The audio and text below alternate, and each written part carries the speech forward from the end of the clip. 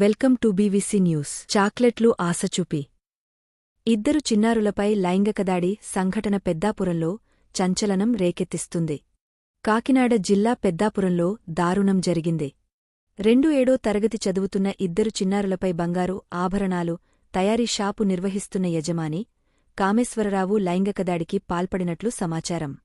చిన్నారులకు చాక్లెట్లు, డబ్బుల ఆశచూపి అత్యాచారం చేసినట్లు స్థానికుల సమాచారంతో విషయం బయటికి తెలిసింది.